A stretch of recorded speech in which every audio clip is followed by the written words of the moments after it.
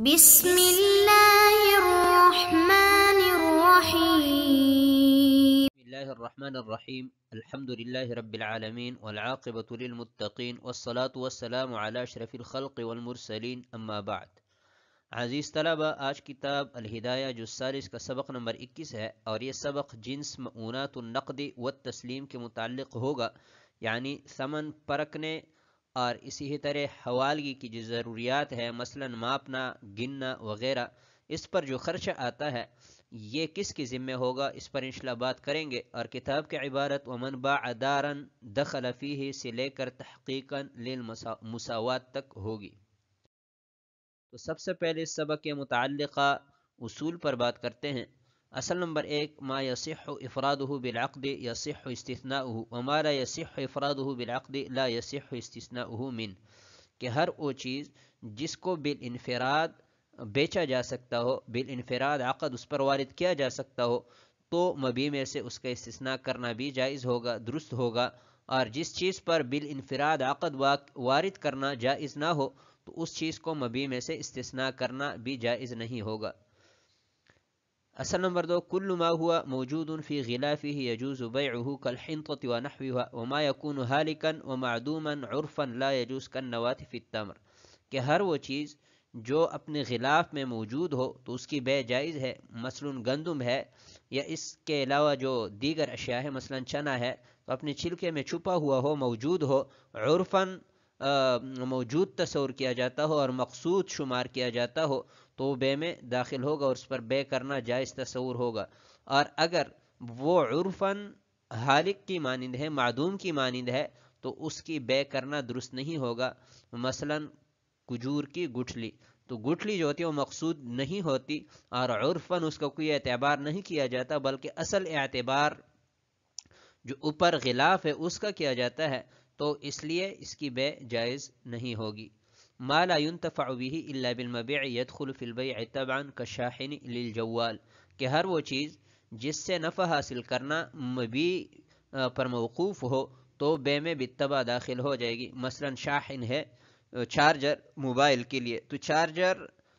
کا کوئی فائدہ نہیں ہے جب تک موبائل نہ ہو، یعنی مقصودی فائدہ جو چارجر کا ہے وہ بغیر موبائل کے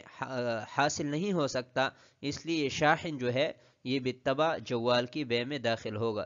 الدراہم والدنانیر لا تتعینان فی العقود والفسوق، دراہم اور دنانیر یہ عقود اور فسوق میں متعین نہیں ہوتے.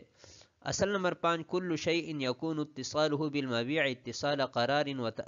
وتأبید يدخل في البيع من غیر ذکر بخلاف ما لم يكن كذلك، کہ ہر وہ چیز جس کا اتصال مبیع کے ساتھ قرار کے لیے ہو، تأبید کی بنیاد پر ہو، تو وہ بے میں بالطبع داخل ہو جائے گا، الگ سے تسمیہ کی ضرورت نہیں ہوگی، برخلاف اس چیز کے کہ جس کا اتصال مبیع کے ساتھ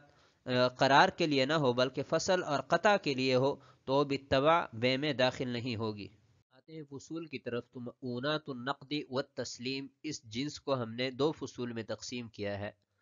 فصل نمبر 1، اجرت کیل المبیع او وزنہ او تعدیدہ او ذرعہ، کہ مبیع کو کی کیل کرنا یا وزن کرنا یا گننا یا اس کو ماپنا، اس کی جو اجرت ہے یہ کس پر ہوگی. تو بالاتفاق ان چیزوں کی اجرت جو ہے وہ بائع پر ہوگی. اور فصل نمبر 2، اجرت نقد الثمن،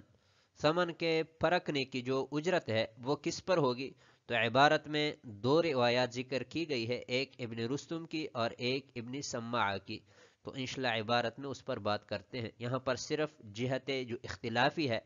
جس میں روایات کا اختلاف ہے، اس کی تعیین ہو گئی اور اتفاقی جہت کی بھی تعیین ہو گئی. عبارت کی طرف قال ومن باع دارا دخل في البيع مفاتيح أغلاقها لأنه تدخل فيه الأغلاق لأنها مركبة فيها للبقاء، والمفتاح يدخل في بيع الغلق من غير تسمية لأنه بمنزلة بعض منه إذ لا ينتفع به بدونه. قال وأجرة الكيال وناقد الثمن على البائع، أما الكيل فلأنه لا بد منه للتسليم وهو على البائع، ومعنى هذا إذا بيع مكايلة، وكذا اجرت الوزان والذراع والعداد. امام قدوری رحمۃ اللہ علیہ نے فرمایا کہ جس شخص نے دار فروخت کیا تو اس بے میں اس کے تالوں کی چابیاں داخل ہوں گی، اس لیے کہ تالے بے میں داخل ہے، کیونکہ تالوں کا اتصال دروازوں کے ساتھ بقا کے لیے ہے، اتصال قرار ہے، اور چابی تالوں کی بے میں داخل ہوتی ہے بلا تسمیہ، کیونکہ یہ تالوں کے اجزاء کی مانند ہے، کیونکہ اس سے یعنی تالوں سے بلا چابی نفع حاصل نہیں کیا جا سکتا۔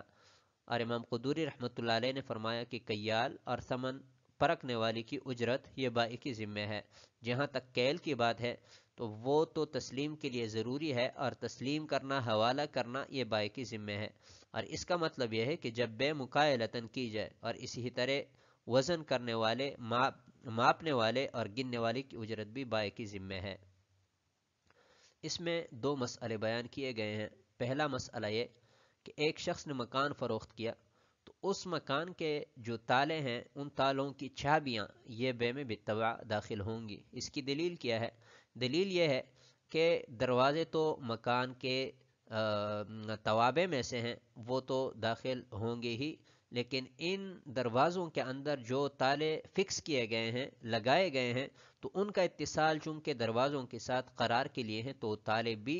بے میں بالطبع داخل ہوں گے، کیونکہ اتصال قرار ہے، اتصال تعبید ہے۔ ہم اصل پڑھ چکے ہیں کہ وہ اشیاء کہ جن کا اتصال مبی کے ساتھ اتصال قرار ہو، تعبید ہو، بے میں بالطبع داخل ہوتی ہیں۔ لیکن ان تالوں کی جو چابیاں ہیں وہ بھی بلا تسمیہ بے میں داخل ہو جائیں گی۔ کیوں؟ کہ وہ تالا جو ہے، چابی یہ اس کے اجزاء میں سے ہیں، اور اس تالے سے نفع حاصل کرنا ہو تو بلا مفتاح، بلا چابی کے نفع حاصل نہیں کیا جا سکتا۔ اور ہم اصل پڑھ چکے ہیں کہ ہر وہ چیز کہ جس سے نفع اس کے بغیر ممکن نہ ہو، تو وہ چیز بھی مبی یعنی مبی سے نفع حاصل کرنا اس چیز پر موقوف ہو، تو وہ چیز بھی بالطبع بے میں داخل ہو جائے گی۔ جیسے کہ چارجر کی مثال دی تھی کہ چارجر سے بلا جوال جو ہے نفع حاصل نہیں کیا جا سکتا، یا جوال سے بلا چارجر نفع حاصل نہیں کیا جا سکتا، تو یہ چارجر بالطبع بے میں داخل ہو جائے گا۔ اسی طرح ان تالوں سے اگر فائدہ حاصل کرنا ہے تو اس کے لیے چابی کا ہونا ضروری ہے، لہٰذا یہ اس کی جز کی مانند ہوا، تو چابی بھی بے میں بالطبع داخل ہوں گی۔ اگلا مسئلہ یہ بیان کیا گیا ہے کہ عقد ہو گیا، تو ابھی اس عقد کے بعد بائی کی ذمہ ضروری ہے کہ وہ مبی حوالہ کریں۔ تو ابھی اس حوالگی کی جو ضروریات ہے، وہ اس پر جو اجرت آئے گی، جو معونہ آئے گا، خرچہ آئے گا، وہ بائی کی ذمہ ہوگا، کیونکہ بائی کی ذمہ حوالگی ضروری ہے، تسلیم ضروری ہے۔ تو اس تسلیم کی جو ضروریات ہے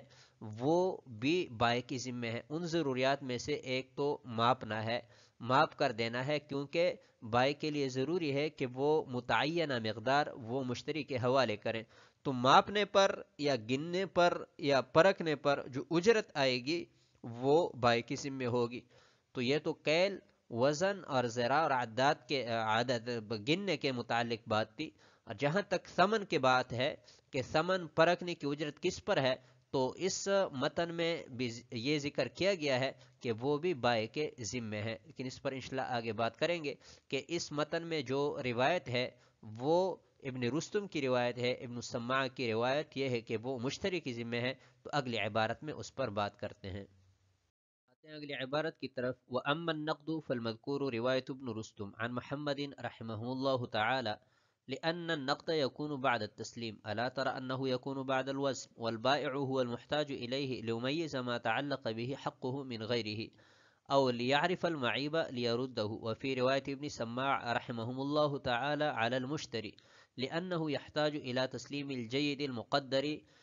والجودة تعرف بالنقد كما يعرف القدر بالوزن فتكون عليه.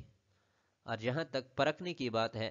تو کتاب میں متن میں ذکر کردہ مسئلہ وہ ابن رستم کی امام محمد رحمۃ اللہ علیہ سے روایت ہے، اس لیے کہ نقد تسلیم کے بعد ہوتا ہے، یعنی پرکھنے کا معاملہ یہ حوالگی کے بعد ہوتا ہے۔ کیا تم نہیں دیکھتے کہ وزن کے بعد کیا جاتا ہے؟ اور بائے ہی کو اس کی ضرورت ہے تاکہ وہ اپنے حق کو غیر کی حق سے جدا کریں، اور یا معیب کو پہچان کر مشتری کو واپس کریں۔ اور ابن سماع کی روایت امام محمد رحمۃ اللہ علیہ سے اس روایت کے مطابق مشتری کی ذمہ ہے، اس لیے کہ مشتری کو ضرورت ہے اس بات کی کہ وہ ثمن جید اور مقرر کردہ مقدار حوالہ کریں، اور جو عمدگی ہے، جودہ ہے، وہ نقد سے ہی پہچانی جاتی ہے، لہٰذا یہ مشتری کی ذمہ ہوگی. جیسا کہ قدر یعنی مقدار وزن سے معلوم کیا جاتا ہے، لہٰذا یہ مشتری کی ذمہ ہوگی. اس میں یہ مسئلہ بیان کیا گیا ہے کہ متن کے اندر دو مسئلے ذکر کیے تھے. ایک کیل کے متعلق وزن اور عدد کے متعلق تھا، تو اس پر تو ہم بات کر چکے ہیں کہ بالاتفاق وہ بائع کی ذمہ ہے، کیونکہ تسلیم بائع کی ذمہ ضروری ہے، تو اس کی جو متعلقات اور ضروریات ہے اور اس پر آنے والی اجرت ہے وہ بھی بائع کی ذمہ ہوگی. لیکن ثمن پرکھنے کی جو اجرت ہے وہ کس پر ہوگی؟ تو اس میں امام محمد رحمۃ اللہ علیہ سے دو روایتیں نقل کی گئی ہیں. ایک روایت ابن رستم کی ہے، تو ابن رستم کی روایت کے مطابق نقد اور پرکھنے کا جو کی اجرت ہے وہ بھی بائع کی ذمہ ہوگی. اور دلیل وہ یہ دیتے ہیں کہ دیکھیں یہ جو پرکھنے کا معاملہ ہے یہ حوالگی کے بعد آتا ہے، کہ یعنی جب مشتری ثمن حوالے کرتا ہے تو اس حوالگی کے بعد پرکھنے کا معاملہ آتا ہے. کیا تم نہیں دیکھتے کہ وزن کرنے کے بعد دراہم اور دنانیر کو یا سونے چاندی کو پرکھا جاتا ہے؟ تو جب یہ معاملہ حوالگی کے بعد ہے تو حوالگی کے بعد تو مشتری کا ذمہ فارغ ہو جاتا ہے، تو لہٰذا مشتری پر اجرت نہیں آئے گی، کیونکہ ان کا ذمہ تو فارغ ہو چکا ہے. اور بائع کی ذمہ یہ اس لیے ہے کہ بائع کو ہی ضرورت ہے تاکہ وہ اپنے حق کو غیر کے حق سے جدا کریں، کہ یہ جو اس کو دی گئی ثمن ہے اس میں بائع کا حق مشتری کا حق تو نہیں ہے، یا اس ثمن میں میرا مشتری کی ذمہ کوئی حق تو باقی نہیں ہے. تو اس کو چونکہ بائع کو ضرورت ہوتی ہے، اور اسی طرح بائع کو اس بات کی بھی ضرورت ہوتی ہے کہ کھرے اور کھوٹے پن کو معلوم کرنے کے بعد اگر اس میں کوٹا پن نکلے تو مشتری سے اپنے حق کو وصول کریں، یا اگر ان دراہم اور دنانیر میں کوئی عیب ہے تو اس عیب کی وجہ سے وہ مشتری کو واپس کر سکیں. تو ان تمام چیزوں کی ضرورت چونکہ بائع کو پڑتی ہے، اس لیے پرکھنے کی جو اجرت ہے وہ بھی بائع کی ذمہ ہوگی. اور ابن سماع کی روایت کے مطابق ثمن کے پرکھنے کی جو اجرت ہے وہ مشتری کی ذمہ ہے، اور وہ اس مسئلے کو قیاس کرتے ہیں کیل کے مسئلے پر، کہ جیسے کہ بائع کو ضرورت ہے حوالگی کی اور اس کے متعلقات اور ضروریات اور اس پر آنے والی اجرت وہ بائع کی ذمہ ہے، تو اسی طرح مشتری کو بھی ثمن کی حوالگی کی ضرورت ہے، تسلیم ثمن مشتری کی ذمہ ہے، لہذا تسلیم ثمن کی جو ضروریات، متعلقات اور اس پر آنے والی جو اجرت ہے وہ بھی مشتری کی ذمہ ہوگی، کیونکہ مشتری پر واجب ہے کہ عقد کے اندر جو بیان کردہ مقدار ہے وہ جید ہونے کی حالت میں، عمدگی کی حالت میں بلا کوٹے پن کے وہ بائع کی ذمہ حوالے کریں. تو اس بات کی ضرورت مشتری کو ہے کہ وہ کھرے اور مقرر کردہ دراہم وہ بائع کے حوالے کریں، تو اس کی جو اجرت ہوگی یعنی کھرے پن معلوم کرنے پر جو اجرت آئے گی، یا تو مشتری خود اس طرح کرے کہ کھرے کوٹے کو جو ہے وہ خود معلوم کر کے دے دیں، یا اگر یہ خود نہیں کر سکتا تو اس کو ظاہری سی بات ہے کہ کسی شخص کو جو ہے اجرت پر لینا پڑے گا، تو جو اس کی اجرت ہوگی وہ بھی مشتری کی ذمہ ہوگی. قال وأجرة وزان الثمن على المشتري لما بينا أنه هو المحتاج إلى تسليم الثمن وبالوزن يتحقق التسليم. پہلے اس عبارت کو حل کرتے ہیں. امام قدوری رحمۃ اللہ علیہ نے فرمایا کہ ثمن کے وزن کرنے والے کی اجرت یہ مشتری پر ہے، اس دلیل کی بنا پر جو ہم پہلے بیان کر چکے، اس لیے کہ ثمن کی حوالگی کی ضرورت مشتری کو ہے، اور تسلیم یعنی حوالہ کرنا یہ وزن سے متحقق ہوتا ہے. اس میں مسئلہ بیان کیا گیا ہے کہ اگر ثمن کے وزن کرنے کی ضرورت پڑ جائے اور خود مشتری اس سے عاجز ہو، تو ظاہری سی بات ہے کہ وہ کسی اور کو وزن کرنے کے لیے اجرت پر لے گا، تو یہ جو اجرت ہے یہ مشتری کی ذمہ ہوگی، کیونکہ مشتری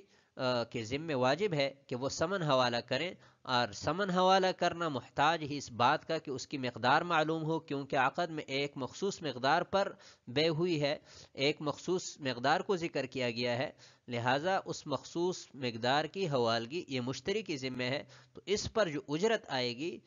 مخصوص وزن معلوم کرنے کے لیے وہ مشتری کی ذمہ ہوگی. اگلا مسئلہ قال ومن باع سلعة بثمن قيل للمشتري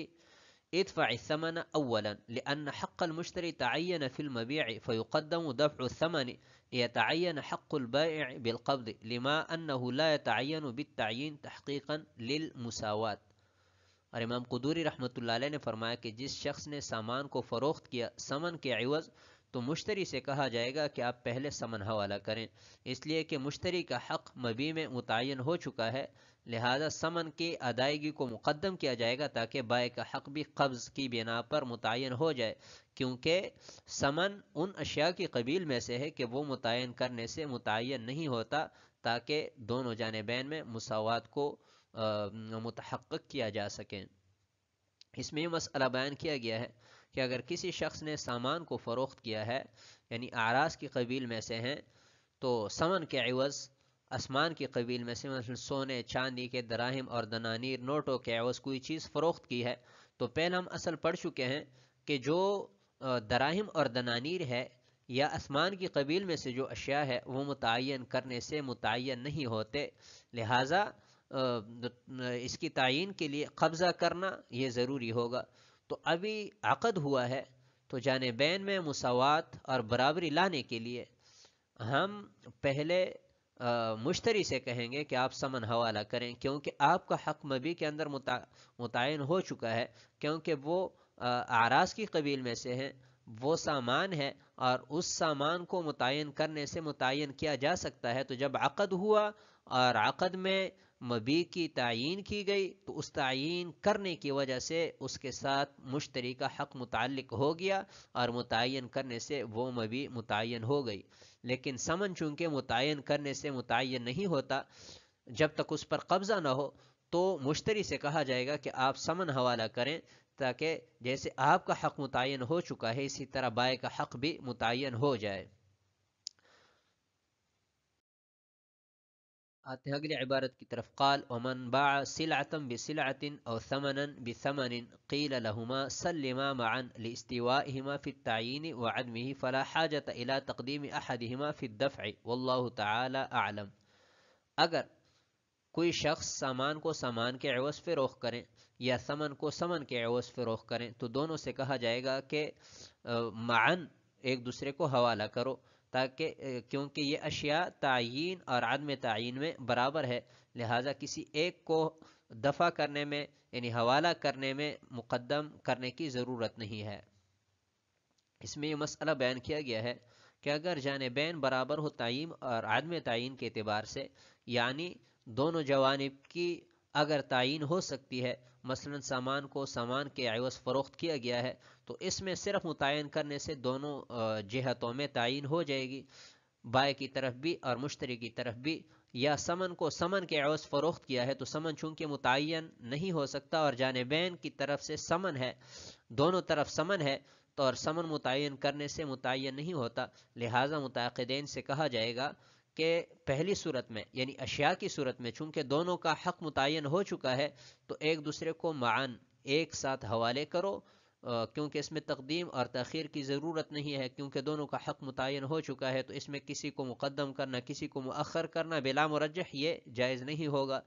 یا جو ہے اسمان کی قبیل میں سے ہے تو اسمان چونکہ